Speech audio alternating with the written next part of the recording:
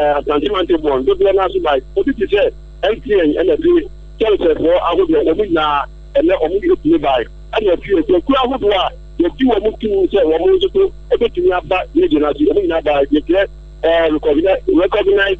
association omu na eba na fi ni pa ahodo a omu ka hu a omu so etumi eba ma na ayi adama na we ni aba make like say we ni ndi akoso wano wana ati omu ba na omu di dia ebe yewu a zaman ya akọ ni na no etumi akoso nanso academic record a husband yeba ebe digwe yan ana itwem na yom kakra na mi kete no na mi kete no ano ye de kakra na mi kete yola after na digwe no so Sompa wano na yempo nyane mama amuba ntemu han biu eba digwe ya se na nanu amuba ye ni si enyi nkomo na ye kre wo mo so amuba ye seven people the idea course way a challenge to as well as the corner almost na me no ajo at the back to that by to a million could you so careful na ya you dey you na ni at the kotumu de mo a the echo to the and you fear so you na e dey na mo kakra ama you na to get mo nkan ti da na nkan tia no any one award na na bi so a ye hwe wo ba ye na na mo mo ba ye ken na nso mo na asem na o ka tire e ti bo e wo Ghana na so me da mo se adiba mo ti ka sti na the way no ite omo na so omo ba so e ye omo a you la de e she omo sa so omo to bi na bi na omo ya de papa bambo fo omo a e wo se fa we ti ni omo ya de papa teresa e do bi ti apa na ye tie Sompa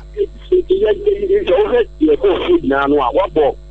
mambo fo ene wona agwa ye ni bi no bi ni ti e wo so wabo ni na ba so ekiti ni na nka be yelze ni timpo so ni kidi ti hu na etina so fe na wo so wo da ne bi a ti amanfo mo you me dire dire ni na ye wa no se ne aye ta da ji ka no ene no wo da di bi ni kidi a ti ne ana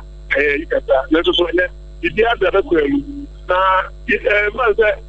you na ni bra se ka ka ni ma you are sorry you nya pa nti ana fe bo ne awaye ne no also so they say ni me obere ni ase they say to make you let them e no da so e na da so something they say about for e cha do anata it is make you let so na e say atanti ubika atanti ubitle namna oba o wo ni stress e bitre ko no bia on get no oba wa pa dey thinking there's more bia sha so ma dey uru da bia na ma da na o wo ti be wa so ma dey o yi no o you do so wo ma calf black in the robo so for na ma ro ati na be o ko wo na se o so no mo o ko ta de chi o ko de amaniere amame e ko awa sampe yo na o we di ani ki bia we aya pa me na ko di Agyeiwaai ye ablan so hele shia me ke so ablan Sompa FM na we de tiaw je de wa so papa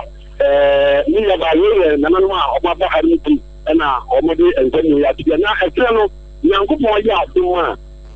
zikemu je edaso entini eye judicial na de Ghana ba atototi omo toto edeba na awade ensabato ensem AGYEIWAA amani yako anye sibede every administrative wa security agencies omo sibeba ne edit there Ghana police from the fire service prison service immigration and customs omo na aya de anam ya ma ekina omo ensibeba administrative one wa financial institutions ahodo a omo so advertisements wa employment special echo that the Ghana be digital omo nya be kini aboa aba ana ekina no nyame ya ma eno to so etumi akọsi tigi nya ba me tell the network the big kind area nana ma konfo ene ebi asofo a omo to ba ye ana political party da ahodo education ahodo na bi NGO telecommunication wa omo edikan abo ahodo etenya me ya ma ya eno to so ebekoto ana nzo you have to get and mambo and some African forces at the back and the devices while we now and the do almost yet now also about the do about 2 years. Amani Apple and initiative. It does that. I think the young man was sentimental one more. You push my yes and I hear your corporate. You are Yakano. Na ya te ko se ya wada no ko mo ya ma ya bi ya na ba ma e be ko blaman na ibiaso efinya kosi na ya yenya ne penya to ko ya aduma ya wada de enya de e kofo be ko na bi so ka ho de so ya de do bi we ni ade a ye hwe ni ti de ne so bia ni mesi ko ye no amanfo e de asuka e tie bia ye we kan no ya na ni aduma mi ti de ya wada so ni efi o sina ko no ti de bia ko ni na jo e to ti ya ko kama yo kwame ma me musa we yo wo mo ban ne said wo kan ne ya hyehyɛ dwumadie no wo mo na ya ma ho kwan so mo mra na wo mo ma mecha ho nhia wo meye ne yesese wo mo ya amamre ne amane wo mo nya akonya no ma asante hema emu no wo mo timi ekotwa ho anansa wo ba na wo bɛkyɛ wo tumfu a na wo kɔ sai na hyehyɛ ne sitie Sompa FM anopa ne de do na mo timi ba ne bre asofo ne de ni amani ya de do na enya mo kwan ekobe ye no na asante hema enyechi ya no eche no wo mo amochi ya mantem ne de o mu nya be ka wo mo enya no ahodo ho ayo bra na yewa trase no se sabe no nya de adu pleasure yi ya ho to wa tete ko be ye na na hima enyechi ansa na intimo de ye mani ana se ko ma hu nya mbe to ne ya ba ni e bra no pele de wo mo tumi di ka ba ne de na yewa na trase de ko do na wo ka ye ma me no so ya bia ne minda aso na wo ko na so na sefu ma aye tufu dubla na ane ba ya o mu na so ba be kre ye ma me eni echi eno echi no o mu na ba je akoria etra so eni yewa etra e ko se e shiri de ko ya le ke bu ho a na so e ma o mu na akra ama ja bu ya me ke se yewa so e te je mo a ni na dia ba je na ka se ene de dubla na aye asofo ene bi wona na o ye ka fa so ni na be ba no dubla na ro pa no ba de ni na e ti nya ban o ko je ye na enweti ewo petum ewo yo we di essence studio ma nyame adoma wo china wan mo na ye bie kwan ma wo mo se wo mmra na wo mo emechia nana ene abedwafo wona nyankopon ya adoma etina bombe nyemu kwan aba eye judicial le ye man mu amamrahu entem efesufo ana bi emra nimfo so so a eye Ghana ba association omo anaso mo ye duma ewo ye court ahudu mu eni Ghana ba association wo nyina be ka bum na mo ba aba be se eni fi ye hu dambo NCMC security agency ahudu a omo nti ewo man mu ebi etike Ghana police fire service prison service immigration and customs omo nyina ayade a omo nyina be fini na ne aduma ombeba na omo nso aba ka to wo mo de so na eni fi etumi akọ na fi when I was saying Kasanto, the financial institutions are almost ever a sentimental and inquiry now, almost in Yakupayadima, and then you find any Ipahua, almost a we now to back now almost a bit here, Jula, our channel, only Sakahu, no, let Yaba, the mother boy, and my building to Yakupayadima, a channel. Kwame ye bedanse na echina nso de ebesi bia no yetiefo no wa ma yaso ate yensentro ni Kwame uredu na yete na ma ne bofri menhia himfie ene ye nyina ye dim se na wotwe mu dotiye efri ene ekosi yan wada ne de asante hima nana konadu ya domotosom yensa wato nananom ewo nse do ye ya mamre ene amane ne apane kurabre na bibia efri mu na wotwe mu ne didi dwumai na eda bia wo dwumadi esese ekoso ntene menhia himfie na agro enipuso nipa dom wo mu botwi ne tradom ko ene de bebre na enne no ne ma ho kwan se eku ahodo esumkuo o mu betimi aba sanso ne eku ahodo anhia aba yensenso betimi aba na corporate organizations ne de enipa ne eku a ebotwi ne tradako no na enye asamketu akura ye kwa homa no so na ye ne yensentro ni bawa beidu ye ne na kwa koboso na bawa nso edede wo hu ye no wo de aba betu ye ne bawa na mu akwa ba o you so ma me Akosua jo wada wono ma Ghana fo nyina etie wo ne de esie wo menhia himfie ene efa ba bia wo hu ye sade traffic sitie because ye nim sa santemam de ne emu aye hyehyehye ye tie wo ma me Akosua ma me na wase na mi tie tie fo etie Sompa medo mo adu asantemantemu enne dey eye dey di kan ya asantemawura e dey atu a ye na afradu ya do motoso mi ensa ne do tie omu free ase no mo adu ensan se sabio amamre ne amane ye de ekwan bi aso ne ni kwan se ye to etwene Isayo sunti a free and no pay a beer, a pro kakra, my body in the movie, Mecase, a mamre, na follow you by Debia Mecase, minimum year, millions many dear. Lenso, the Bedua Santimamuhano, Mahusa Santia Mamre Efe, na Oshe is free and no pay air back. Medical action bambo hosem, Sir Osha bambo hosema, the room for the free and ra, ever be seen media. Let us say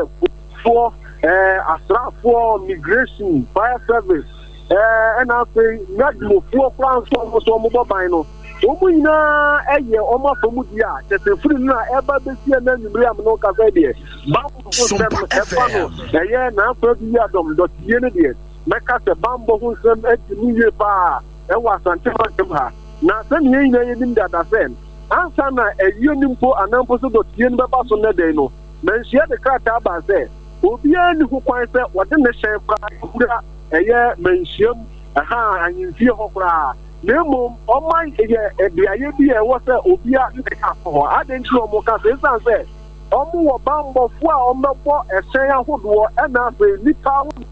Nano. Oh my, Shaya, Omabo, Nano Pine, and more than Shaya. There, Unam Nasan Kawu Comensia, Nan Petri, Huka Crow, Nelson, and they, Macase, in Hubia, Nua, a Batimum, Fompo, near Asantimum, and Hua, Omo Baba Bois, Asantimura. Let us say, now, where do you have the motor years? And Oma Twaso and Naso free as Nemo Macase, and they know a side bomber who's them no traffic, says a sign airport pills or a war, a sentiment month pills or a citizen and a bunch my KJ, a before Johnson Swami, and your crew from no. Mekase, who share in Punia Mediba, you brave Fabia, who said, Nia do her, South Africa, now Mekase is free and no panel ever in an year. No room at the hall, the fair, now and you know, Nia Papa traffic here by the Mekase. You smoke a cry a petty, and no, and I can't be a my driver's video. There, only person board traffic light, middle also. Jumayano, Duana, and to me, and so yellow, very no, and I dare say, Julia Sontino, and now much traffic about the friend of Bad Banadier. Let us own them Cromwa, and a ho, just a say, be a Cromwa, Elbuama, Nana, Santimon, red, yes, to us, whatever cry, a yana, Himachino, Macase, Bibia, the Cromwa come on. Now, so Macase, a Bremudier, then after Iba, or no so. Yeah, Akosua Santimamuha, a year a dear Santimania, yes,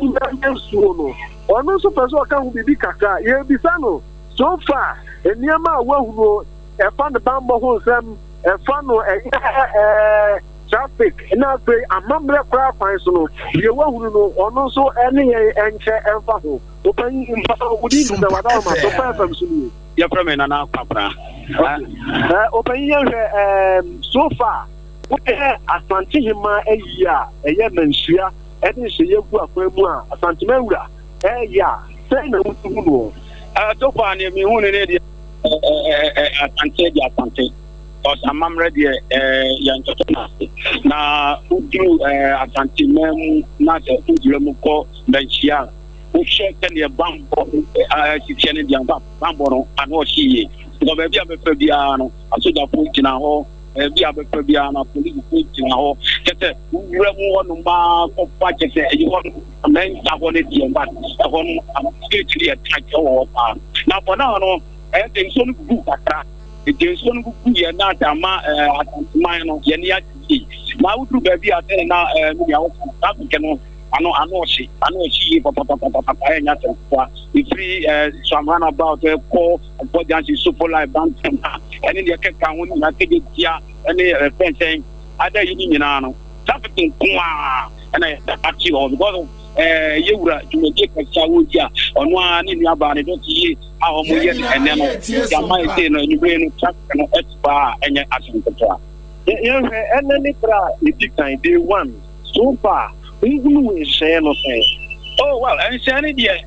then, Yana now with 2 4. I think she's a good family. Once an apple go to the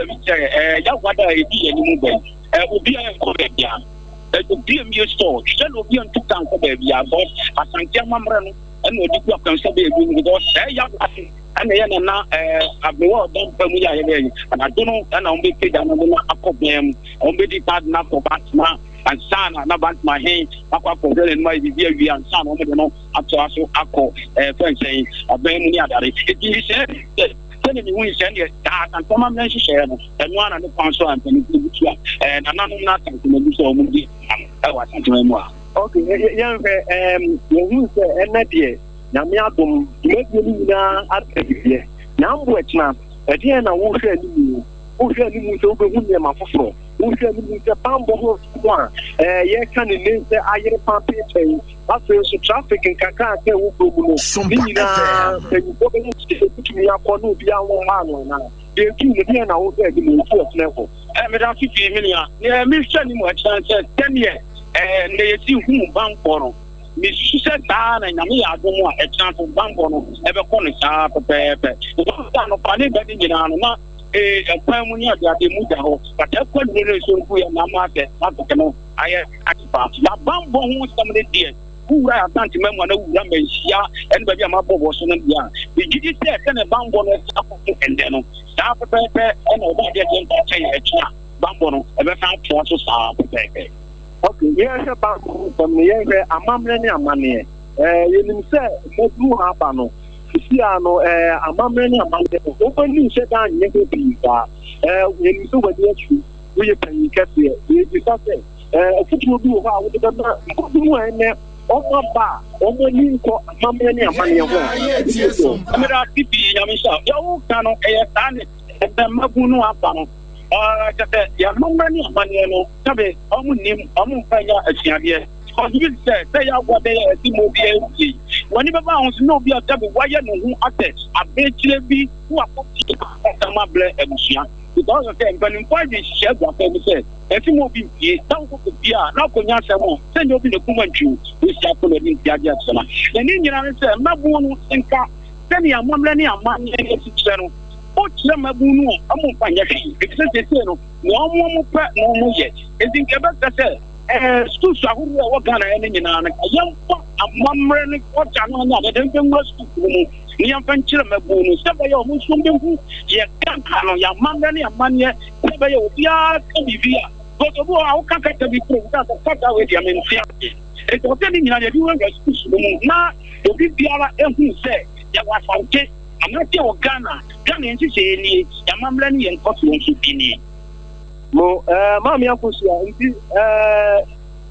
my fan said, when you saw the third media, and now so almost one Montes one unity, and I name Penny for everything command, or send you work move. Now, so Pammy Akosua, about one mention I can say. In the Penny no air canoe, you are that every year, Asante, and better for the game. The Sayo Sunti, but you put one and move waiting for my own channel there. He especially brought up for. I'm telling you for the assessments are also any of the more chairs. I shall put it train. That is a shaya, there is no more than said. One baby so after so a blame one, and support a little bit so. Almost yeah, a shaya umuchu up on Temple was in the Obutim Rasso, now up one. Mamma Akosua, Mamma I can tell Mamma. And the money at the air, and we take a blue and a Mabuna Mopai. Omubakonoma Akusian Yama, every ship gets there. So what are Santimona, the Winima, and Jamam money at the air. And Gremia, and Nutina, so what there, the charity to do at the buy and one, which means a free and a china, not the Chiana Yawa. Okay, program outline, what's on the but they're not public. They're not public. Not again. Then she and not say, Obia fine. They're all man commercial and then Uncle Kusia, a Mamani, and money, and Obensia. It's a brain and a working school. Makunu, a man in Mama, Omuna. Upon my commercial, Kusia, a Mamani, and money, and now what that? Then you're not asking for. Almost 2 months, and now say, Chenya, almost act. meka se na efe inti mami Akosua meka se enne de nyame adom ye de nyina abawie ye e do chena so ye beto aso ye ni de kipa futi se ya wada ni beduro na ye de abruwatia akọ baabu ni akọ de chipa inti ko bi sami a me so me ba afro kakra ni nkomodi die kakra batumi agemo eno na me yakọ etieko a wotie sompa ene edibre enimo we bawansa na wobekọ no we etiefo me bebusa na question and answer sembisa e chato na answer na bra Facebook page na behwe amamre ne amane papa bi a e chato duo wo Sompa 106.5 FM Accra ye Facebook page no bo Sompa Accra na se Sompa 106.5 FM Accra wo bedru ho behwe na ebi a wanti bi anko menhia himfie na esisi ye wo mo kom wo mo sa adesuafo organizations ahodo videos ne pictures ne nyina gu ha a wo behu ne nyina wo mo sa wo kom ne nyina wo Sompa 106.5 FM Accra Sompa 106.5 FM Accra na ba wana mi busa se enne sene ehhehye esitie ne dotiye koso no omanfo e 1 cm ne titru kumase obi adi mna so pepepe ya nkwankwati obi ase ne yeka ase menye ne menye sen na obedience se yeka no omo di mra so no sen ne si ekoye wa santemema ne dai mami Akosua meka se ifri anopa no ebe bi si ewide meka se ifri anrampo no timamutu e wa santememu ade meka se mrade o di su ye pa na mekura anopa no ansa na mejiru manhia ahimfie no meka se stores no mpo de meka se asantemawura wanka se nempo yantu nanso efi alaba ho eba de meka se timamufu pinu akura no o ma mi o mo shop ni na ne se o mu na o mo tia mamra se esan se unim dia won se de ne sa yo sunti meka se obia dia mamra so yanti se obi kura no akwa futi obi kwa wodi so isese ya mensia di bu akwamu efa no eye na ahima do tie ne de enne ne de ti kan de na so meka se so far so good de se ni na da akwamu obi anso ewo so a wodi mra so yenim se enne ne de ti kan de etena ko no mpa ya gba ne se obi a bedi mra kwan so na enkonkofa mafufra na mpo se atrenchen bi anso enfa ma no obi nso kura enkonkodi nsenseme ewo eye nananom ensemu nti ni na mu no meka se hye ne de omu de agu akwamu na asanteman so na afetimamu fo wa asanteman temu no obi a edi so pepe ne wo se efo no we bawa bedu medase wode ama ye fansa ansam no ho na se de wo kan ye de akire na wotwi ye free na akosi ya wada no a ye bepe na na hema korabre ne de Sompa 106.5 FM yesim ye ginam ye wuram ye shem ye wo bibia mu aye de ama ne bono ebeba me kan wo se kase bo wuti free Sompa 106.5 FM Accra na Leicester Ghana Limited omode yas toothpaste and the brush abedwa so wo mo eboa na Leicester Ghana Limited se me mo so nti se wo sie gu wanu mu no ene wo touch them ma wudodom ene ba bia se wo ye ne kama na Sompa 106.5 FM Accra ye ne yas toothpaste ene ye toothbrush no dwumadi a ye die no ehhehye ahodo no eka ho obi bas ye di apie e wodome market nyame ya dom afiada ebe na wochi 26 September 2025 no Sompa 106.5 FM say ye ne Leicester Ghana Limited omode yas toothpaste ene ne brush abedwa so na aka bomu a ye de outside broadcasting no eba ye de radio no ebe si domijom radio no ye pagya de free Sompa 106.5 FM ye studio ha ne de aba si domijom na ye de dwumani nyina wo ho aka news ne programs nyina wo ho ne asan so de akyede bebre e de amamo eti ansa ne beba no me busa wo se de wo de chichi wo se na ye ya toothpaste na asa ye ne brush wo mu se da ne ye beche bidie na nso kotobi preko se wo pe whitening anasa bia wo pe total care anasa wo pe hair de wo pe bia wonsa ebetimi atoso kama eti yans toothpaste and the brush Leicester Ghana Limited de aba no wo mo ka hu bi na Sompa obi bas dwumadie no ebekoso kama yie enti wo se no ene wo tachrema so wo se na green ne brown no Leicester Ghana Limited yans toothpaste and the brush ne be ye wo se ho adwuma nkasa na etimi aboa wo eti Ghana fo momochi ene trada baabi abedru bia wo se abusua nchemfa enie yans toothpaste and the brush no entutu mesra wada Bomodia paste ya wodi tutu sia wo sebeda wase wo sebesresre wodi akokodro besre eye yan toothpaste ene ne brush no eno ene ye ne sa eti enkran ene kumase bomodia se wonne ne bekọ nakrana ebetimi edimu na ebedimu dia na eye se wo befre wo mo won kran ne kumase ne kran fo mo mfre 050-161-9588 050-161-9588 ena kumase 050-1390338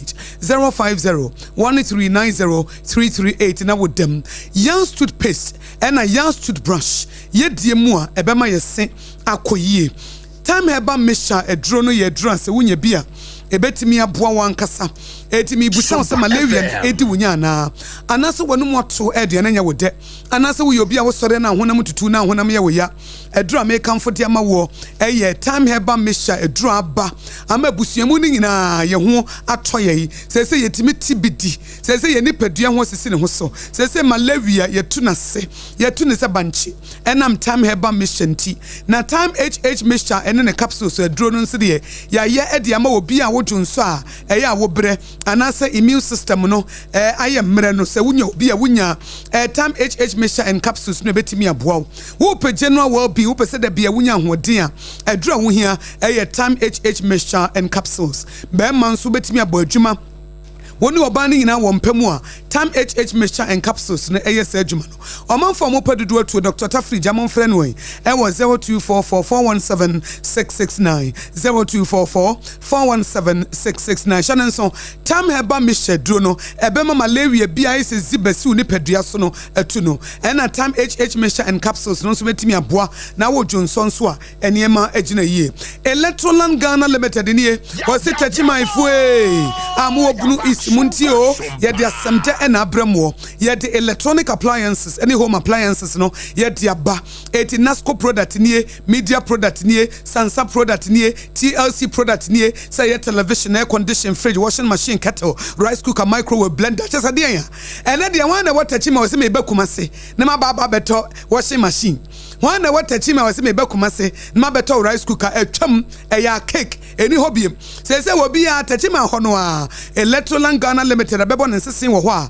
woman for you now, to be a tetanuna me pay condition, I may say me bankline. Not what to car, now we fleet Tachima, what's not a mafa trot rabra bebre, Adaya, me bankline better air condition, and no el chamukra. Says the Tachima Honua, Electroland Ghana Limited, air bojuma, Kumase Quantemponis and Obehuno, and a Kumase Castle Junction, Tech Junction, Woho, and cry identify about their Soma runabout, industrial area, and a Melcom Plus, and addition, Muna Sunyana Mankasim Cape Coast, and attack Radena Tamalensu Jananaso. Friend was 0245 949495. A 0245 949495. Nature say Electroland Ghana Limited, dear some de Edia Brewono. Pokwanse Maira, Pokwanse Maira, Dr. Tamodas wouldn't name with dada. Edinya Fena Beso Kania dia Hunim, Emubo Yarie, and ye Midima for Heba Centenier, Sisi Yarie, Midima for Heba Centenier, prostate issues, Midima for Heba Centenier, diabetes na Midima for Heba Centenier, kidney failure, Dr. Tamodas infertility in men and women, Dr. Tamodas Yari Aya Krankro, Dr. Tamodas Yari Bay, Yari Bia Kawasha Dem, Yari Timimo, when you go as more Tamfunyang. Now, so I would do Midima for Heba Center, Dr. Tamodasua, what Tamfunya made the never shower nase, what Tamfu Yari, Yamade the never shower nase, stroke, Yamade the never shower nase, Sisi Yaria, Yamade the never shower nase, yes, why a barren woman, Yamade the never shower nase, yes, a Bama way dear, Wabakra, Yamade the never shower nase, Tirina Bako if it's a word to Midima for Heba Center, Dr. Tamodasua Wobajuma, Eti Kumasi Agogo, and what tea a Buakwa Gogo, and what is and Cranford Freno, Dr. Tamodaswe, no Safedia Maba, Mabom insisting with Pokwasa Mayer would do when you done so yet and the Beira. Eti for Dr. Tamodasua 0244 774282, a 0244 774282, and a 050 07272150 050 07272150. Woman ebo ye chidom amede sumpa kasebo hot bite ye day asumwo make an wasa higher sumpa 106.5 FM Accra.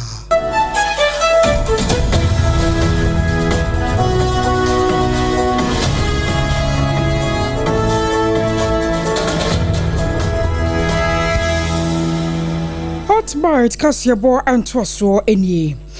Ayagana my anim sam dada sa abano guswada ya wayana famo dia sene baya galamse won sansam obeto ase wo man kan namu enano wada ya on nsantwofo hia yakora wo boso sa amamra ye ma wo kwan na nipa binom kwaso ma gana kwa ebretum na won mutu gara e wo mu nyina no aban bomoden sa wo behwe na femra hye fie won mayi sa mra no ede afiri honum anam so amana da dua dwumade bi akoso e wo wa Ghana Bar Association won mafia no hye mudi a won mudie no another dear woman the bishop so I will one so atonsa at the acting chief justice here rapport bafo boni na be binti panyipa na ntumi akọ ama wo run na sempaboa at the share justice afisa ta amaleboba ye okota etrebie anam so amode atodwa etre se aban no wasodie kase pa na nya aban nko wo mamu panyimfo awodo atichiro ne ntini council of state awodo ana fei ensore panyimfo a wo mo ma ga nyina no ebre na wietu se nyina yakan adwene pam ho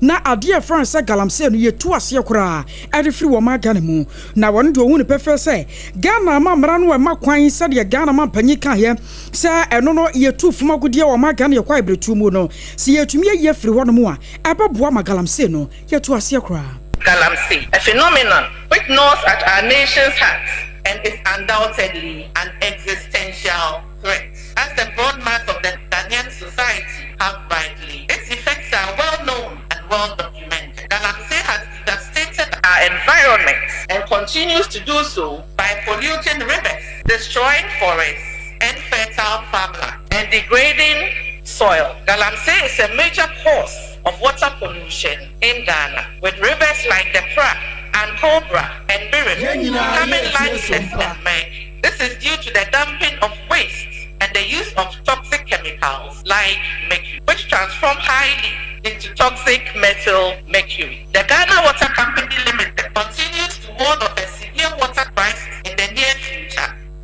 I was trying to turn and acting chief justice here rapport bafo boni na nam senior wo tu no ma no kosi na namu e wo dwumade akoso e wo wa justice hafisata amaleboba ene yenya fire no so a abusua yenwura mo enkran pompuni mantam he hyemude kase bi na koso we every the coalition against galamse jikage for ho na pania oboabo adoma no ema wono mo yes hyemude engineer kana shigbe ene wo be chese Ghana yemra ne nche ama constitution no a yekoto so no afi Apam ahenkuna do akunu mienu die article 31 clause 9 ede nhyehyɛ bi ato ho a sɛ saa nneɛma no enye duru ho na etra saa apɔ no a ene na sɛ tie bia ɛwɔ sɛ mampani nsɔre wotimi twa ba ahwe ano na wo declare state of emergency titru ɛwɔ galamse kon no ho na wo kyɛ sɛ emmea hodo a ɛkɔ no entemada mampani nsɔre na saa nsɛmi no yewura ka na eka no na yense ntwereni na na oponcheche kugina ho. Therefore, making the following demands of government in response to the president's statement on deploying a state of emergency as last resort. The current Galamse situation, in which the actions being taken by the environmental criminals are calculated to deprive large communities of potable water, which is an essential of life. It also renders necessary the taking of measures which are required for securing the public safety. We are beyond the last resort. And His Excellency, Mr. President, please, you should immediately declare a state of emergency. And again, we are very clear about it, in parts of the country, not in all of the country, not in the entire district, but in parts of the country that are required to save Ghanaians as prescribed by the Constitution.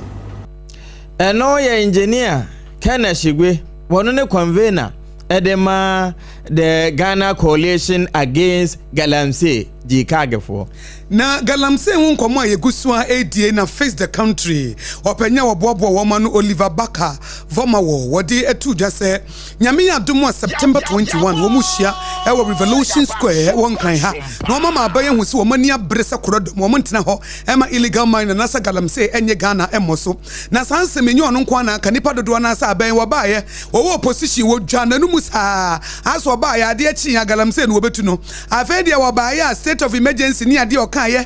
ma bi kura kekan say we ye mampanyini a da kokura opese wode na wotwe stop galamse kura nko betimi no enom say na mo betimi de na wotwe pa ye na sese bosome nkro yɛnhunu so afedi ade kwa na ekosoro ama ede atete aba na sansemi na media relations ebo Ministry of Lands and Natural Resources pa kwesi so akasa se Ghana fo mesramu o galamsey kon no yentimi fa bosome nkono pe enko yentimi fa bosome nkono say bi opposition obi dwana num so de na watwe besi a mama so ate se ade no de ano oden wasi asakra spiritual battle wasa de no kura ka ho moral and spiritual obligation eti yesu enu humu asade eti responsibility se oba de bebere beba ho ban no nipa bako ne sentiment nkata nyame ani ena dua kroso ntibi nya paye enye kwaye eti pa kwasi asema wodi to dwane se abaye ni abere so obetu galamsi asede nenso efie nwotwe ne akire sade ade na sia pro ne bon no boso me nkono pa ntibi nye. All of them have been very resourceful. Of course, we understand the impatience of Ghanaians, how that they keep on seeing the devastated portions of land, the polluted bodies and all of that. And therefore, logically, it is understandable that the demands are repeated and insistent. But Winston, the truth of the matter is that, of course, we can all agree, Galamsey did not begin in the past administration. It's been with us for a long time. But then it deepened over the last 8 years. And so the truth of the matter is that a menace that had deepened over the last 8 years, with the greatest of respect and not to sound dismissive or condescending, cannot automatically be undone within a 9-month period. But that notwithstanding, we now have to look at what the ministry is doing and how far we have come so far. Aye, abuane de afidie ne chenua ni sunko ena se ye jano so a ni sun enko enti esu no asesa Ghana for the pressure to aban so papa pressure omo de to aban no so say bre wo opposition no say de na galamsey yi woti de ye campaign ye de no munim say His Excellency John Dramani Mahama de oba wan hwe abosumi kura nso ye betu ase na afa na mbaka say bosumi nkono pa de ye ntibi fisade na apro eti ade apro beburu mfie nwotwe de da nti Ghana fo nya abotre ma aban no ene wo mo se nya abotre ne yempesi ebenye ho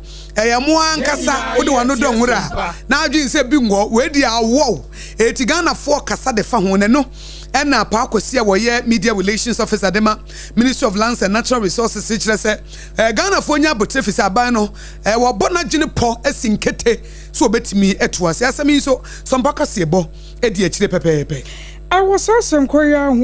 Anna Government Communications Officer. Yera Felix of Sukwache Adna no Atumubi. Was Wakama Ghana for Yena wanti yes nay. So be quatana baby no wakase Yera John Dramani Mahama. Ana tuna numu tuwakaye so wade na wache boshome anasa fe ene betu galamsey ase ayensi ni pakro hu wase aban kwa kana babia sa galamsey no wade na wache anasa fe ana boshome ko ene ba betu ase sa galamsey no waye kana sa no enya betesa o wase se bi onya mangote ni agaze radio otambo ba na otam dua no watumi diate anasa nya chacha to ni abeto no se we na di no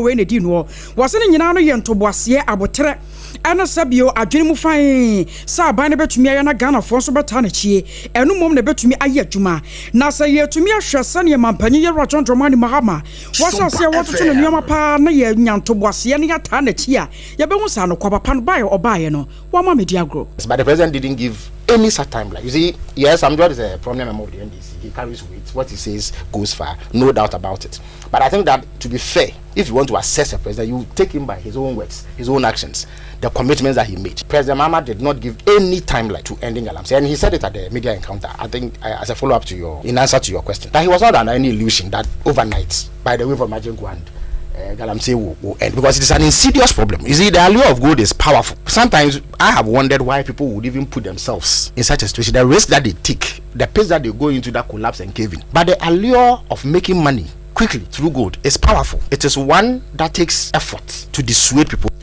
I was on your tea, Ayapani pa, your casa de Magana Pine, you're Felix of Sukwache. Ene sade abana kase wobekwono na mom enye wokrokon na yamanse nyina ade no abusua sade nani abre a wokase yantoboase nyina no no wosiesie no ho na mekase no na mosofo wonom ntia yeye esanse Ghana Gold Board a yewra numonyamfo samida mfida no womo ede pick up makon enum de ne ho eden hard body bi ede akwa na mosofo eno achi womo amananso ho womo asade 5 million Ghana cedis aka ho na eba asa no yewra Emmanuel Makofibu a wono na womo de kosi ne nsem na ensama na etechire no Debra Sami Gyamfi kan say we've gathered here for a very simple exercise. As you may be aware, our beloved country Ghana is a blessed nation. We're endowed with a lot of natural resources, and one of them is gold. And these natural resources are supposed to be harnessed and leveraged for the development and transformation of our country. But in as much as we need gold to get foreign exchange, to improve our reserves, our balance of payments, our currency and all that, we must do so in a responsible manner. As part of our commitment as an institution, we saw it necessary to collaborate with the Ministry of Lands and Natural Resources. And once Debra Sami Gyamfi ena ekasa yei na abusua ma remfisa pampam nsem kotoko sompa eba ne sei no na oponche chekugina ho na mu na Yewura Emmanuel Amakofi bo a so afọ hwe ye kwaye agudi ahodo ewomu na nsase ne Oboagye bobere so owie wode ne nase ema na wo chese wo mo nso agi na bia no wo mbeyi adwuma e de ahye mampani ani onyam. Let me thank the Minister of Finance and the CEO of Google. I think this ceremony is a testament to the commitment of Google in making sure that they are not only focused on buying gold, but to ensure that the sourcing of gold is done in a responsible and sustainable manner. We are collaborating with the Gold Board in the areas of reclamation. As we said earlier, the Ministry of Lands and Natural Resources, when it comes to the fight against illegal mining, is very determined and committed. We are working with the Attorney General to make sure that when arrests are made and they are prosecuted, that we push all the way to the end. Yewura Emmanuel Amakofi bo a ene kasa ye ebra Ura Sami Gyamfi Chief Executive Officer Edema Ghana Gold Board wode pick up num ne 5 million Ghana cedis ekoma National Anti-Illegal Mining Operations Secretariat na mosofo no na galamse hu nkomo a yedidie ya na founder ne chairperson de ma People's National Party PNP Mami Janet Asana Nabela wodi atudwa so mampani His Excellency John Dramani Mahama sa galamse ko no wuntimi nko afa tumi ne ma no fa executive power ne fama no wodi executive power ne ma na 1 month pe bosome pe wono Nabela Janet wo betu galamse no ase wodi executive power ne yede ama wo sa wo ye mampani tam ne fama no hade na abehu sampa wasesa galamse ko no eye president nko na betimi ako obie ni obetimi asopo galamse gisa executive power na executive power na His Excellency John Dramani Mahama ne kuta no enti adwuma no de traditional leaders no wo ntimi nya wo mu adwuma no wo mu ni tumi obetimi aye ne saa wo mu ntimi nsi wo manfo kwan na mo president no ankasa de ne nice form na wo no ankasa de ne nsa bone poso to said obi a wo san do wo bedwamu a eni keta na chese na ni abre etu ono the executive power na Ghana for the amano no wo hende na ni ha won fama no na bosome pe won kire ne sagalamse ko no obetimi akopa ma na bone nsem e de amano wo chem say His Excellency John Dramani Mahama kwan ya galamse ko no wo kono na ni nye ho ono enye ne de enkoye ma no nani nso etina ama wodisa enibre kasa asem no. But what we are saying is that the chiefs can't do this because we have given too much power to the politician, and President Mahama can do anything if he cannot fight Galamsey. I'm pleading with President Mahama to give me 1 month, a woman. I will tell him how power is being used. It's like he has power and he doesn't know how to use it. If it is true, before the God we serve, President Mahama wants to end Galamsey, he should concentrate on other matters and give me 1 month. And if I don't end Galamsey, my name is not called Janet Nabla. We any ayeti ye Mami Janet Asana Nabela were your founder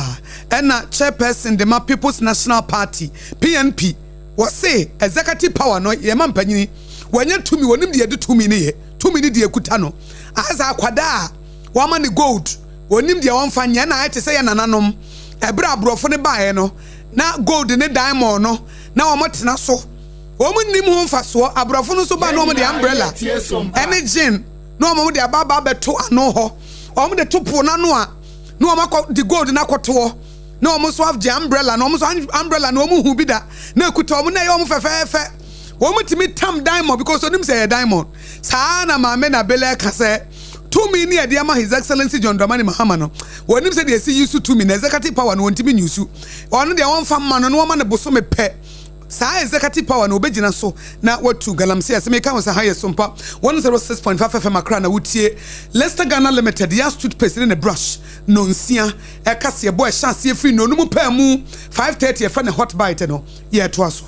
I was sorry to us on your concern from Dr. Dominic Ayene, one of your Attorney General, your Margaramona or Bokoi. Was a real saying coming to Cratcher than for when said down for Grokrana, a Dibu Honamua, a chia, a woman gun ya temuagenim. Nasa one for Nancy from one tenant and your Mabacos watch yasa. Was yes a woman no ya temuagan Sankasa, one woman, a judge of lawyer for ya womunimu Dianca Sanko, met to Madame Ranway to Mano. Was your dream maybe a mumma or Moronashua Kudu? Now one more Farmer Manchester one more kwa nyamwa anomo kwasra mwa nom de aba my Ghana mu wase kwaba sanwa Ghana ya mamranwa de ye adwuma no na sabi oye tietia so aya na mwa kora na wo ka no de kwa akosi se enanwa da ye achese Chief Justice Mama Gertrude Tokonu ye yini fra konya so yi wase maame no nyama bi a wode gu akwan mu ekowas e wonom na preko watabri Ghana abide ne kokko pie yi a na ne nyina no na enso ni wabra wo man no wankasa ye wo Supreme Court e wo ma Ghana mu nam sunti wode afutuo ama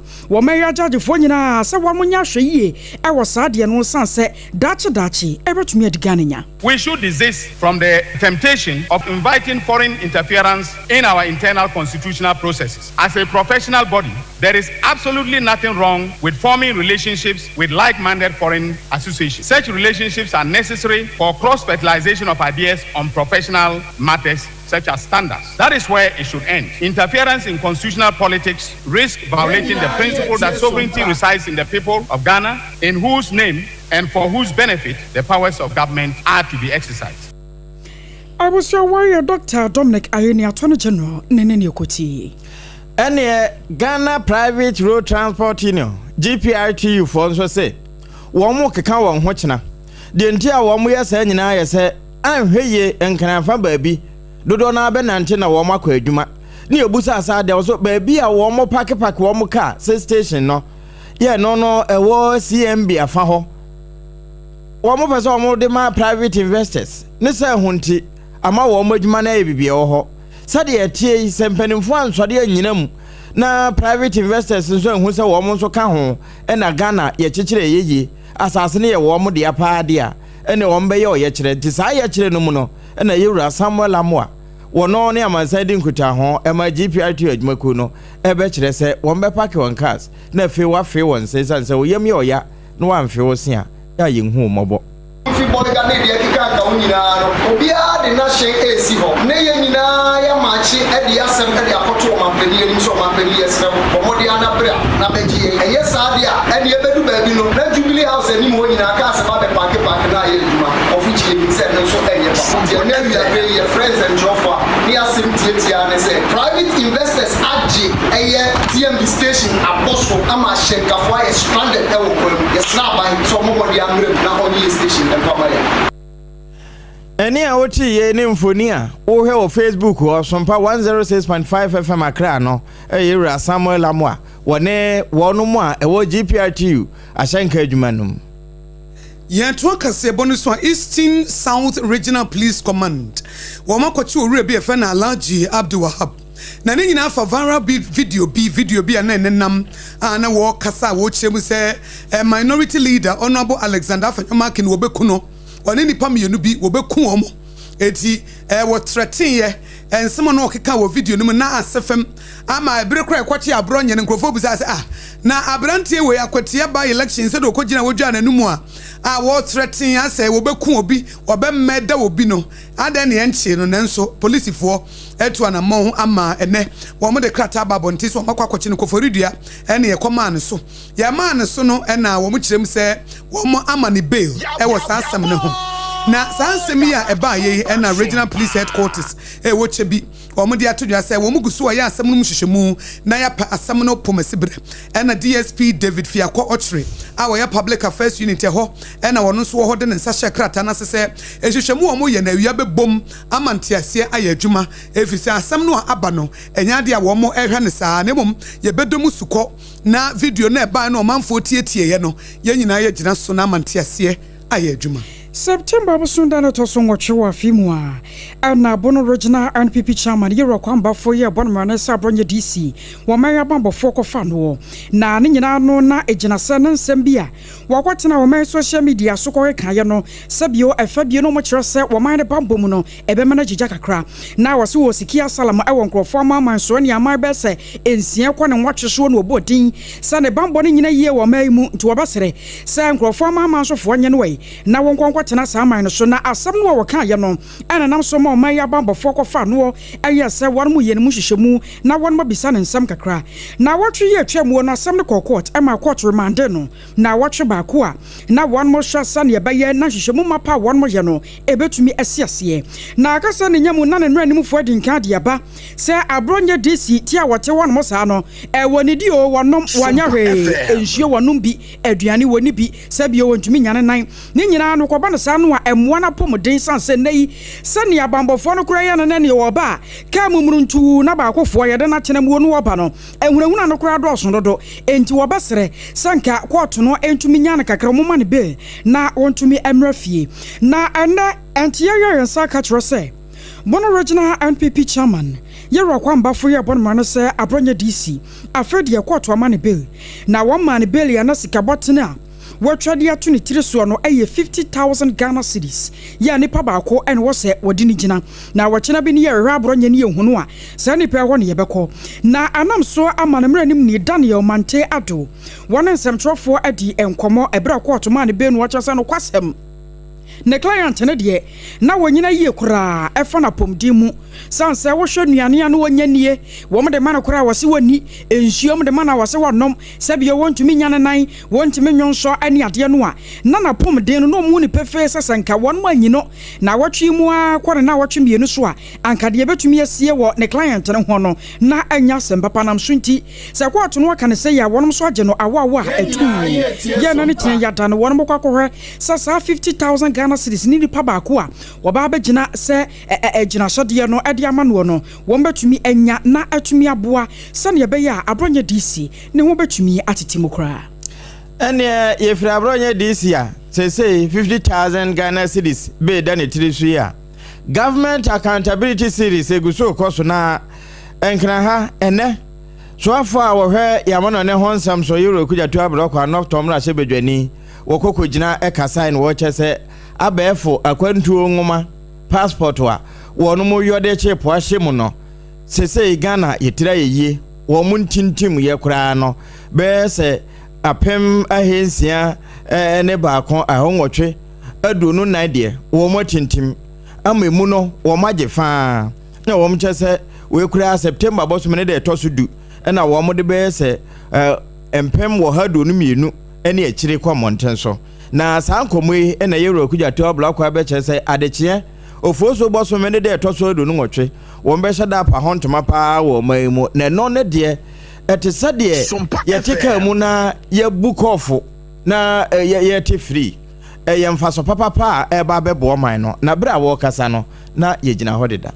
African countries to implement this internationally compliant travel document. These next generation passports boast over 175 advanced security features, up from 32 in the previous version, and meet the highest international standards set by the International Civil Aviation Organization (ICAO). This has drastically improved the credibility and security of Ghanaian travel documents on the global stage. We also enhance our mobile passport application service to support applicants with limited mobility, starting with a specialized deployment to assist this year's Hajj pilgrims, a demonstration of a commitment to inclusive service delivery. Of obtaining a passport, we launched a passport home delivery system in partnership with 2 courier companies. I had the honor of personally delivering the first batch of passports under this service to applicants at their workplaces and homes, symbolizing our new approach of bringing government closer to the people. Amananeso afo no ewo government accountability series yase eno wo kire no se career service nyina beka ho tifie ne de atoa we eye eho amanebo ewo amanane asoye ne mu passport ho Ghana Bar Association ya lawyer fon kabomuko wo Ghana wo president ya Mami Efiagate na wode ato mampanyi His Excellency John Dramani Mahama enim se woni ekuo ne nkammom na wo munye adwumaso ne adwumade na Ghana mra the friend rule of law ne yebetimi strengthen no yebetimi atsetremu yebetimi abagabaga mu kama na yede aye adwuma fise dodo amamuo no ene yede ye adwuma wo Ghana ha na ebra Ghana Bar Association afimu nyina nhyiamu ayefene GBA's annual general conference ekoso wo wa Apam West region no this answer me tuja mami gate ebo amane se wo wagidie se mampanyi leadership na se tumidie a wodi ye adwuma no so no wo mo kabo mu a ye betimi de mra ye adwuma ama Ghana afa ne ntuma pefra efise nipa ba kun sentiment kata nyame ye nti na wo mu nyina ekabo mu ye adwuma no a enna oman ne hyehye papa no ebetimi akon kan fise mra nimfo anase wo mu amra wo ma bin wo mu nimdie no wo mu nko antimi nya adwuma ne tisa mampanyi no wo mo kabo mu na wo bo mo hye wo mafunu mu ma na niema bi o mu hia bia no ma womu no ma awia bo womu dwumadiem na niema dane yi a etimi aboa ama rule of law no a Ghana ye fa to ye ho so ne de democratic foundation say ye adwuma ye de dodo amamuo e na ye fapem no etimi abemprekope. These poignant words are indicative of his recognition of the bar's unique role and by extension his willingness to accommodate a vibrant and united bar that speaks truth to power. We are confident and trust that under his leadership he will join hands with us in jealously guarding the rule of law, respecting human rights and upholding both the letter and spirit of our constitution.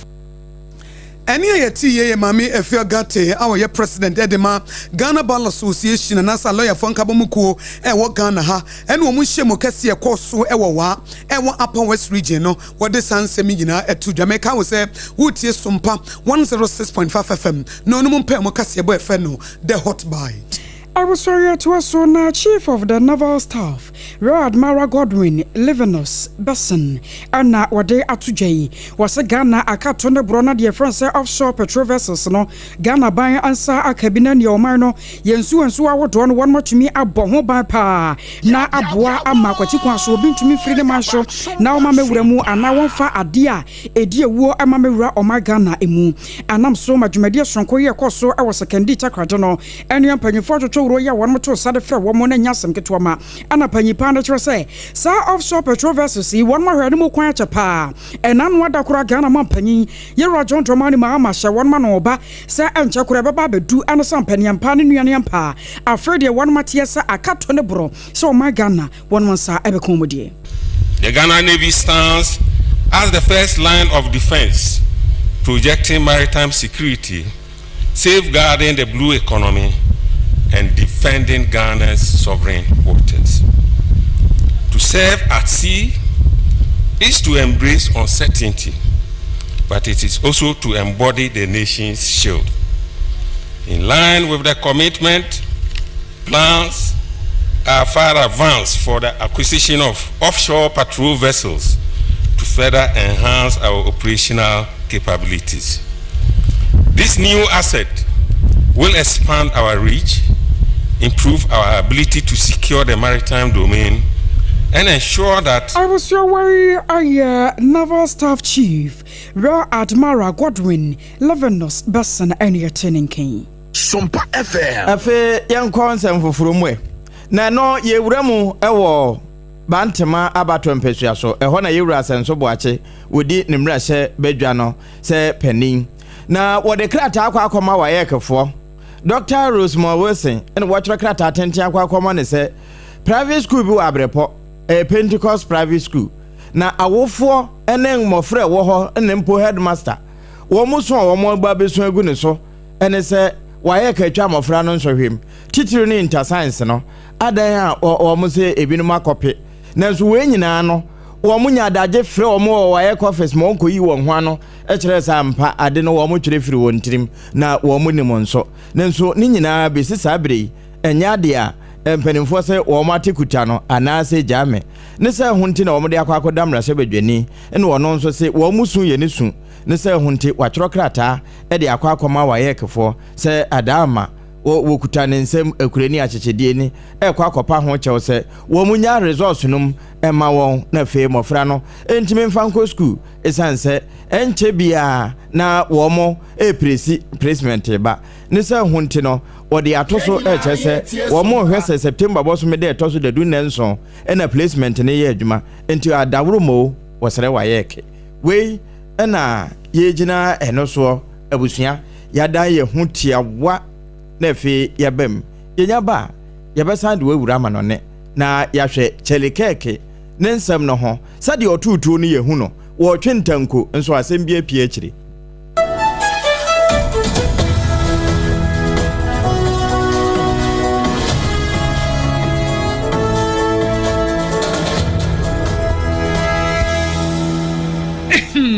Medo edrano pa wutimi to wo boase etwitwi wusi o ado na so nim se me de yas toothpaste ene the brush ene twitwi mesima minya homka senti na ye bokoi na me de me all time favorite yas herbal toothpaste ene the brush aboa me amasesei menum nso a enwunu anasa de ehia me semfimfem me biem na wo hwese mesi aye fita sesrecha homa na et brightens yas whitening toothpaste and a brush and a midi shimisi entina wo see fin na yas total care gel toothpaste and a brush ne die ebo wo se ho ban demu ne nyina ema wonum ye sham oh yes enu kretrodo yas herbal yas whitening and yas total care gel toothpaste and a brush abusuan chamfa se wo pedudu tu e won kran ha for Leicester Ghana Limited and was 050 161 9588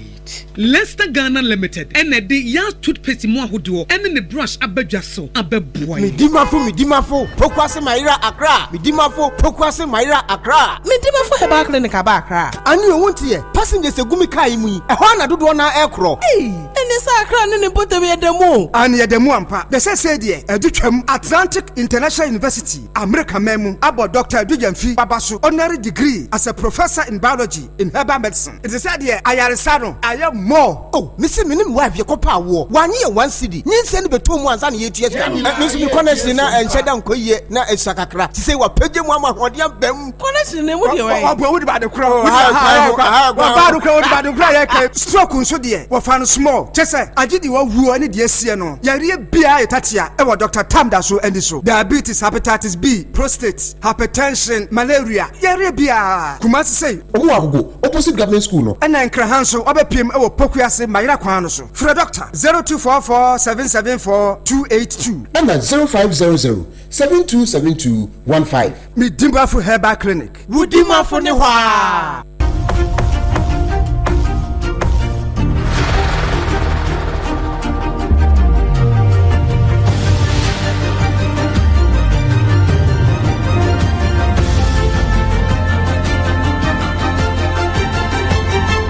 Sompa TV Emma Akituapa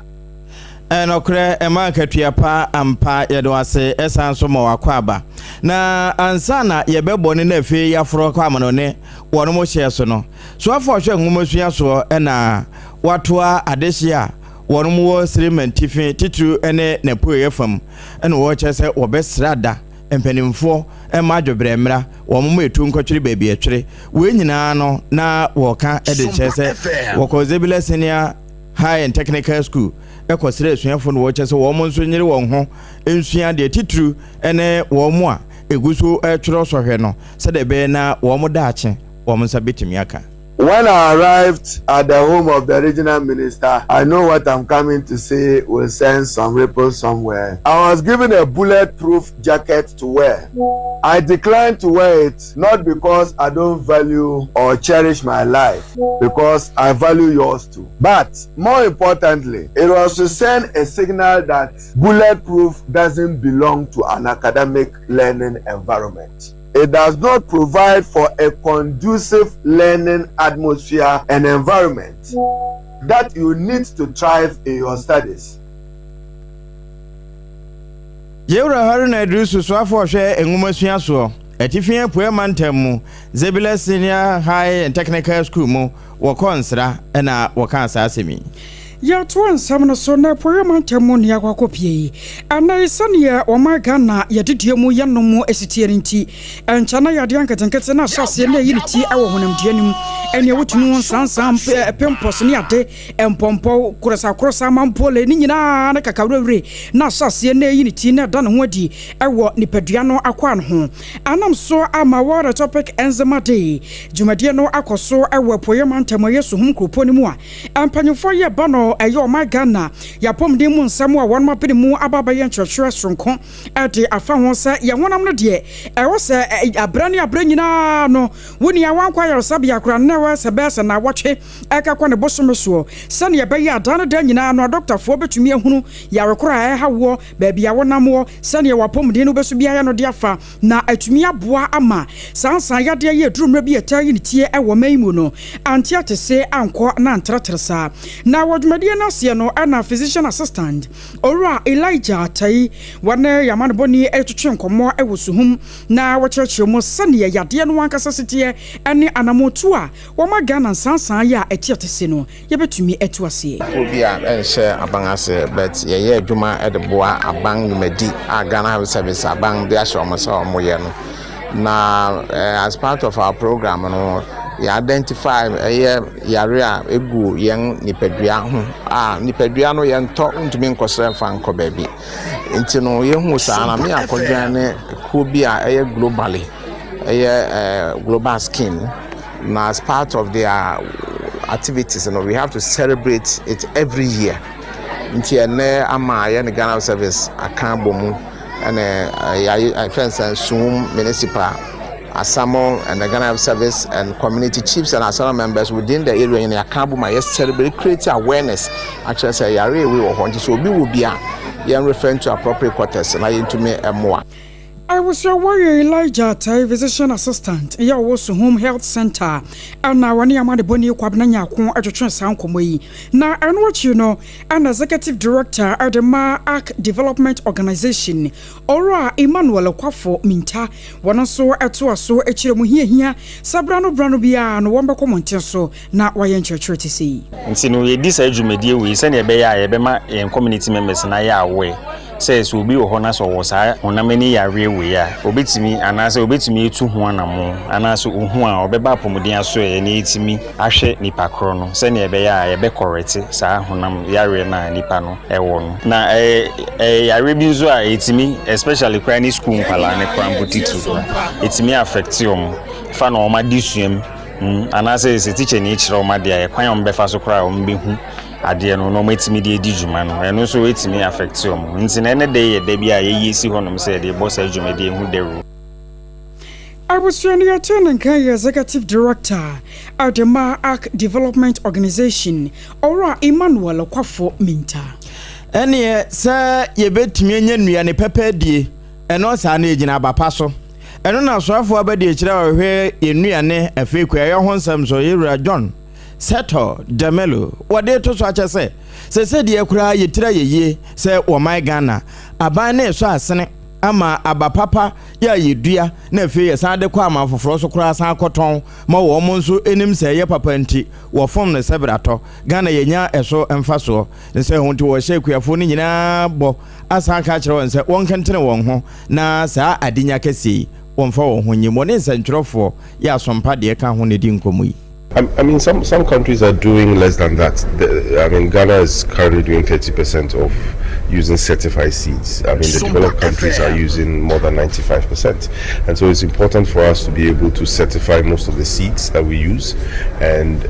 improve on our cultural value space. Because 30% is significantly low, even though if you take West Africa, it's high, but significantly low when it comes to the other developed countries. And so we hope and pray that in the next coming years, you know, we will increase that 30% to maybe 60 or 70. But it's also important to know that whilst we are increasing it to that, we should also carry our brothers and sisters along in West Africa so that we'll all be on the same level playing field.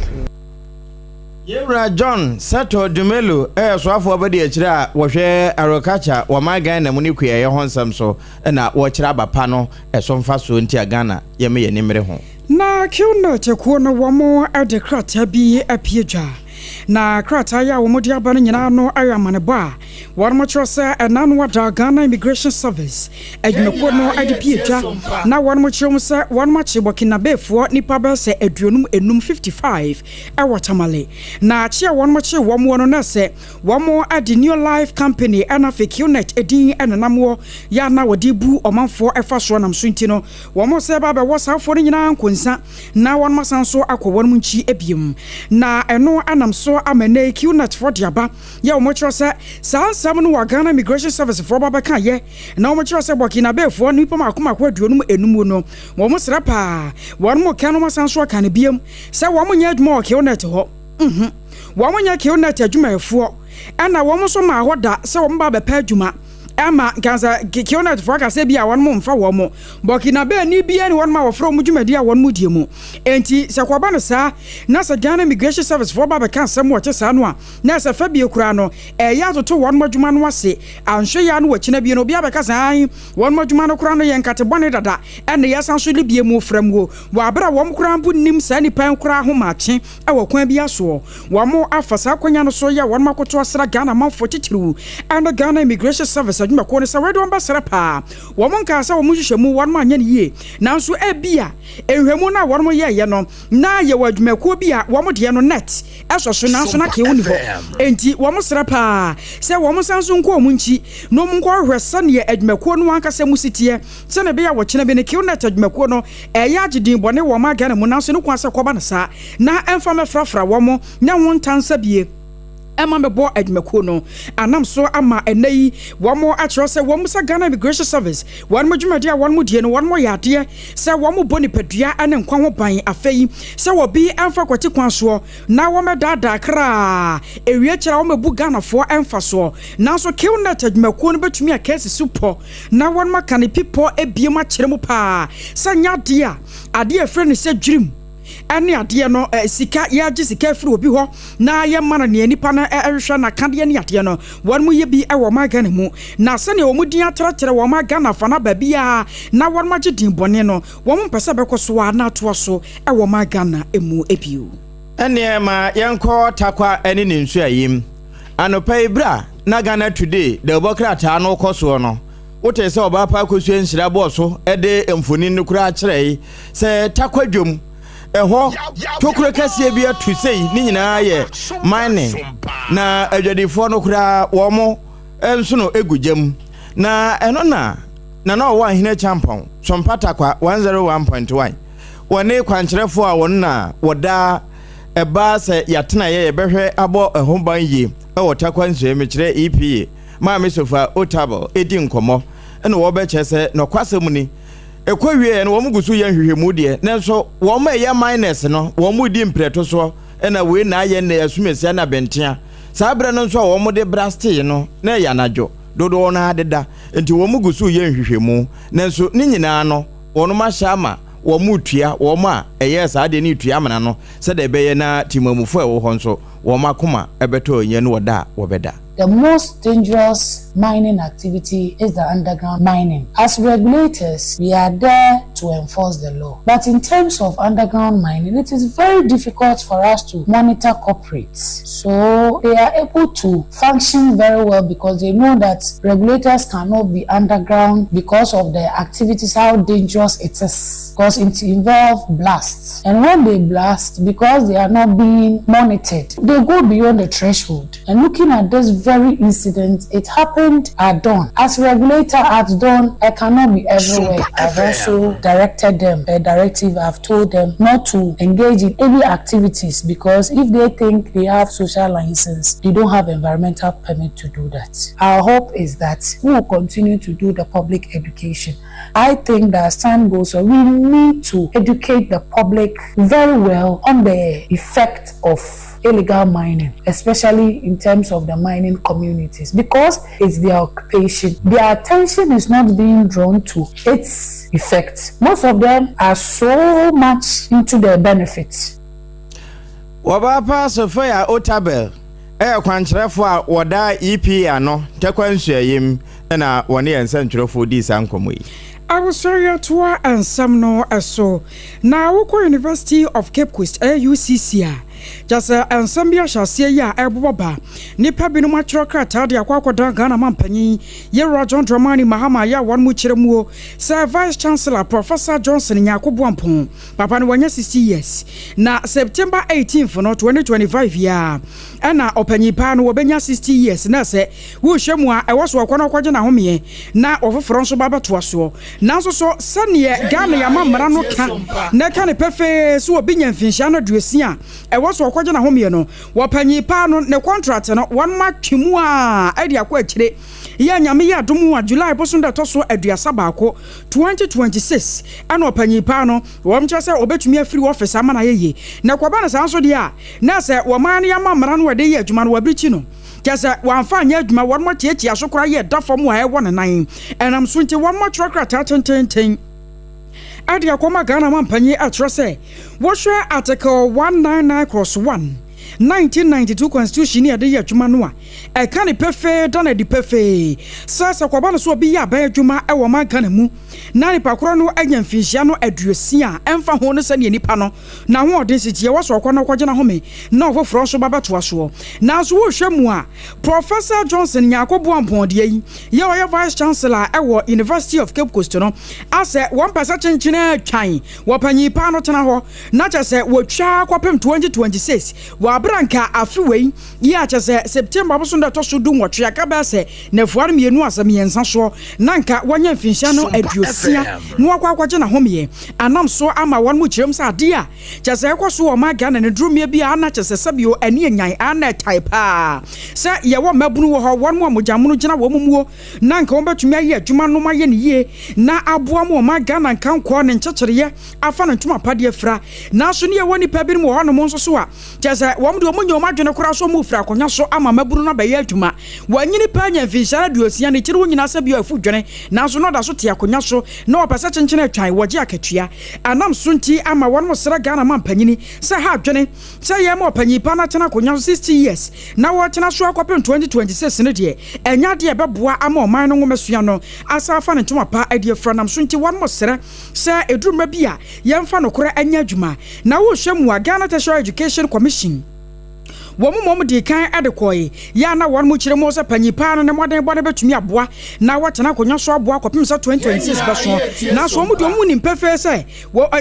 ekuo no ye nya atwemo ankasa wo mo pese panyipa no tena konya so a na sabio de ni wo de nyina wo ye de ka ho eno so de nya de a empanyimfo wo mo University of Cape Coast no wo betena se aye nhwehama sa de na kwosonam so nti wo mo sra Ghana mampanyi se wo mo Ghana mamra no nya adwuma na Professor Johnson Nyakobo Ampon wapanyi no wanya 60 years ya won kwatena nchen na babunu emra maye adwuma NPP Council of Elders na womo Apam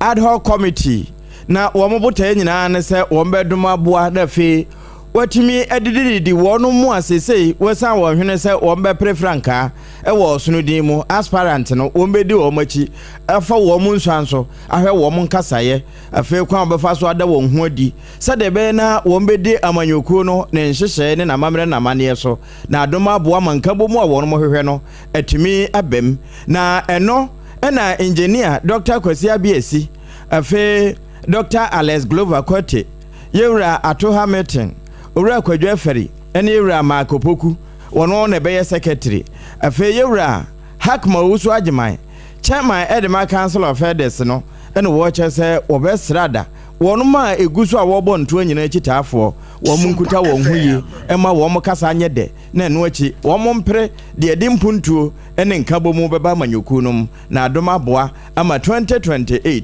wo mofa wo mboto a Ghanafoɔ asesa ma no edi agu wo mu abusua yenkwa amanone no yekɔ Utah University na no ayere hosem a esi ya Chalikek ya wo no seba podcaster wotumi tenase eboabo adoma no eye dwumade bi efra ne turning point a wokɔ internet ne so a agidin pa na sa turning point ne in America eba ne sa amanyosem woka bi na wotumi kasa ka Trump nyina nsem na no wo chese Trump sese de wo de America sanso aba ho wo mokɔkɔbɔ ne tuo na no na hwehwemu be kyerɛ sɛ Tyler Robinson 22 years abamu a ene kokodi sa nyambra nsɛm no meka sɛ wo motimi afa ni nsanso a CCTV camera yi no ama ampa ne papa ebusa no no a wo hwe no se Robbie eyewa ada di mia na ene ka ho kɔbɔ amane ente sa America fo nyina be sɔre tiawo asa agro na papa na afre sharifufo na wo mo be fa no besi sa bra wo mo de ne kɔto kokum no wo mo abɔ nanunu a wo se wo mo wa na enyade a wadi bɔne bia ɛno no wo mo ye hwehwɛ mu amasese wo tutuo no wie ni first hour a wo de chichiri tuo no ho ne wire firi wo gya wo ho ɛno achi screwdriver de wodi komiemie tuo num ɛwɔ abrɛwsa ano so ho ansa na wodi aboba ne hye ɛno nso ne wire firi wo gya no ho ɛna ɛno achi no tuo no ho ebibi nso kura no ɛno nso ne nsa koso mu ɛno nso firi to yɛ ɛka ho wo ma fa ni nyina koyɛ hu DNA ɛde akɔ custody a ɛne ne ho pampan ne bibia pɛ nanso ne nyina no wono ma hye sɛ ɛne sɛ wonya mie na no nka sɛ wɔbɛka no kore no wo mo bɔ no a ayire so a enkosi sɛ yɛnda ma de nkyɛ ne ebepie akyire so mpa kaseɛ yɛ ne edi asɛm yɛ akyi yɛ de bɛtoa wo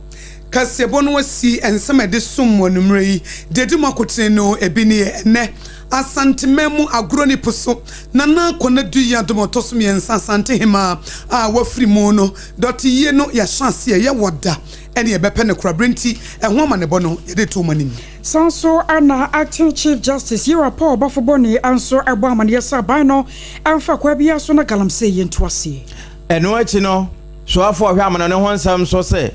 Chipo passport no wo ma yebi na sese de career service kura ka ho utifie ne de atoa na media relations officer wa Ministry of Lands and Natural Resources pa kwasi nsunsim ode ato dwane se galamse no aban timi mfa bosome nkono entu ne se banche Yera Felix ofoso kwa chenso obekasa wase obebia da obeka kire wo se mampanyini hyebo so ode afeko anana wotwe betu galamse ase no yensin hu ena afi takwa nsuayim bonka na ebeto ho ya na adwadifu esu no pani a woda EP ano se wono ahye saafo no se wono muntua no a lawyer for nkabomuko wa Ghana ha president Mame Efuagate so de atudwa se mampanyinta wo machi na wo mudwumadie entumpon Bono regional NPP chairman Yera Kwambafo Abronye GC yato Safred Yakot no mani be sika won mutwatu ni tiriso 50,000 Ghana cedis ena yakwa America chalika ke de oboni tu no yache no woda kokum wazo wonka nokre enso DNA yi no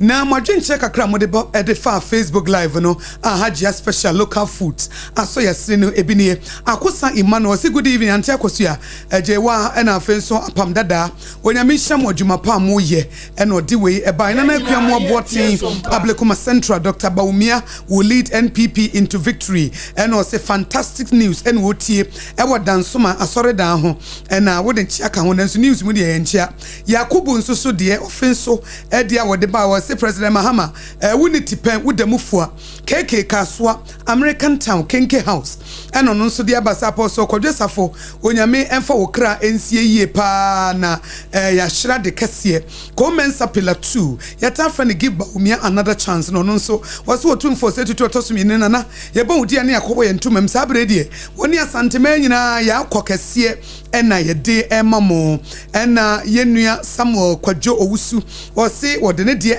ya one day campaign and obeye na kasieboyi efri Sompa 106.5 FM Accra no esanso FI headquarters Kumase Sompa 93.1 FM Ayiko 100.9 Adamfopa Radio Paris France Sompa Takwa de Sompa Techima Sompa Sunyana Sompa Enkranza Sompa Doma Sompa Mankesim Kingdom 106.1 and Sompa FM Facebook Live any page ni de koda ni nyina so wunya ya www.sompaonline.com na yakamu se 26 September 2025 ishia Sompa OB bus na yene ya toothpaste and the brush ye shia wo ho eti wo ba do me market a woni ye bedi mpu ni mpu medima for herbal center Dr. Tamoda so what the time obeto wo yare no so Electroland Ghana Limited ni tachima ye dia semte na abremo time herbal mixture do etu malaria se Leicester Ghana Limited that what the ya toothpaste and the brush no wo mo ka ho ene de hot bite kasebo esomo ye ne de kasebo esomo numre eyeme Akosua Aboagye ubetimi aframi Akosua nshira meneme adult children Akosua Agyeiwaai kwade boatin ena